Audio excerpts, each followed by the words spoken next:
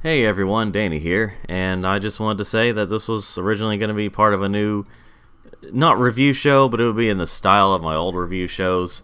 They just wouldn't have the review part. I would just be talking about the games, but I'd be having characters and all that. But I couldn't really think of a good concept for it. Like, I couldn't think of something that was different from my other videos or different enough. So I scrapped that idea. But also, as I was playing this game, I started to think, what else can I add to Crash Bandicoot that people haven't already added? Like, if this were 2013 or 2014, it would make more sense to have a Crash Bandicoot video because not a whole lot of people talked about it at that time, so it would have stood out a little more. But given that it's already been a few years since Crash already made his comeback, I think that wouldn't work out as well. Well, it wouldn't stand out as well anyway. So instead, I'm making it like this, in which I just babble about why I like Crash Bandicoot. Now, of course, when I say that, I'm talking about the original PS1 game. I'm not talking about the franchise as a whole, because I love the franchise as a whole, but right now I'm just talking about the original PS1 game, Crash Bandicoot. I'll go ahead and explain the premise of the game for those of you who actually haven't watched all those videos about this game. An evil scientist named Dr. Neo Cortex kidnaps a bunch of Australian animals to make a new evil army of mutant animals, with the help of his assistant, Dr. Nitrous Brio. Among these animals, he also captured a Bandicoot, which he was going to make the general of his new mutant army. Now, if we go by the timeline of Crash 4 It's About Time, Cortex named him Crashworth Cortex I. But if we're just going by this game, his name is Crash Bandicoot because he's a Bandicoot that crashes into things. Simple, but effective. Anyway, Crash escapes, he ends up on an island far, far away, and he realizes he needs to rescue his girlfriend, Tawna. And that's where we start the game. One thing I really like about this game is that it's what I would consider a transitional game. At least right now I'm considering it that because I need to come up with a different name for various reasons. But the reason I call it that is because it's basically a transition from a 2D game to a 3D game. Obviously, it's not a 2D game, but it's not quite a 3D game either, at least not exactly.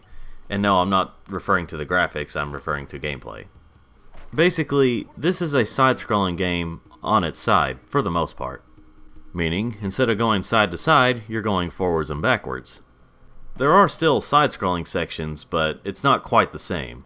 See, this game came out at a time whenever 3D gameplay was in its infancy. Like, there were technically 3D games before this and Mario 64, but it was still very much in its infancy whenever this game came out. But while Mario went straight into full 3D with Super Mario 64, Crash Bandicoot took a bit of a different approach.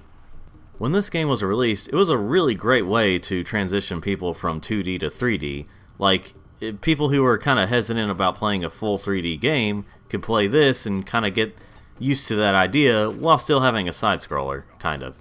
But of course, I can kind of understand the hesitation to give these games a try, considering on paper and how you describe it, this game doesn't sound like it would be very fun. Like, oh, you're just going up and down a hallway and then occasionally side to side. It doesn't sound all that exciting. But when you really get down to playing it, it surprisingly works, at least in my opinion. Why does this game work out so well? I have no idea. Well, it probably comes down to the gameplay mechanics being pretty good and the level design being pretty good and all that stuff, but putting those aside, I don't know, it just works. Of course, when it comes to collectibles, it kind of follows that Mario and Sonic design in which you get 100 of a certain thing and you get an extra life and you can break certain things to get more of those things, and I'm describing this really well right now, I'm sure. Basically, whenever you get 100 of these things called Wumpa Fruit, you get an extra life, and you can break these boxes to get even more Wumpa Fruit.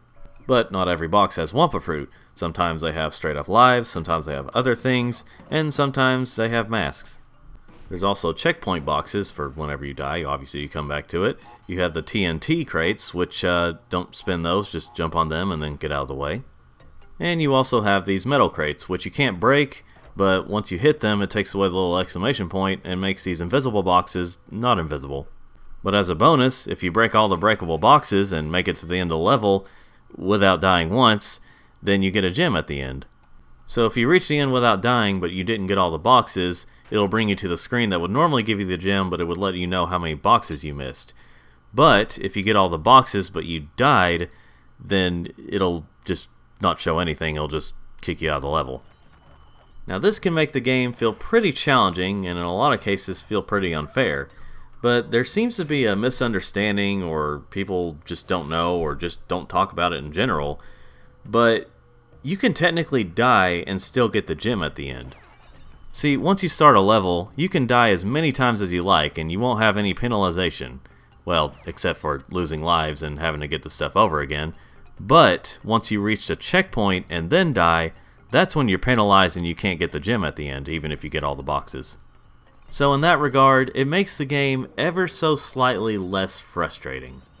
I can't remember if it's also that way with the Insane Trilogy version of this game, but I know at least with this one, it's that way. Going back to the masks, they kind of work like the Mario mushrooms in this game. Like the 2D Mario games, by default Crash only has 1 hit point, but once he gets this mask, named Aku Aku, he gets an extra hit point. If you break another box while you still have the mask, Aku Aku becomes golden and you have 2 extra hit points. Break a third box and Crash will become temporarily invincible like the Mario Gold Star by wearing Aku Aku. Please don't take that out of context. And of course, like the Gold Star, you can run into enemies and kill them that way. It also applies to the boxes. I know the way I described all this, it sounds like it's just copying Mario, but really it feels just more inspired by Mario. I mean, back in the day that was the case for a ton of games, but there's enough here for it to stand out. Now, a few years ago, I would have said something like, oh, they reuse so many levels and just slightly alter them, and they reuse the same music, and so many things are reused, I guess, to save on cost, when in reality, that's only slightly the case. See, I would originally look at something like Jungle Rollers and think, man, there's a ton of levels like this that reuse this same music and have this same type of environment, but in reality, there's only one other level like that. See, with almost every single level in this game, later on there is what's essentially a more difficult version of that level. I think the reason I originally thought that was because I only paid attention to the environment, which a lot of levels in this game take place in a jungle. As for bonus rounds, there are 3 different types. Find 3 Taunt heads and you'll get to the Taunt bonus round. It's just a way to get extra lives. Same thing for Brio. It's just a harder version of a bonus round. You don't really get that many extra lives, you just get the satisfaction of making it through a Brio level.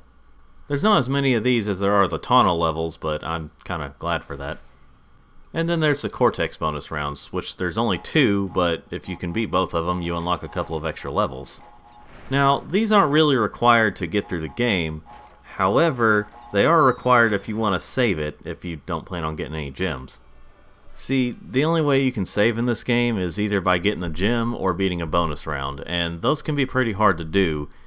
I don't really like that system. Now this game did also come with a password system, so at least there's that for those back in the day who forgot to get memory cards, but still I wish there would have been more of a proper save system. I guess really the only thing left to talk about are the bosses. They're fine. They're easy enough. I mean, a couple are a little difficult, but not too difficult. But I do love doing this in the Brio boss fight.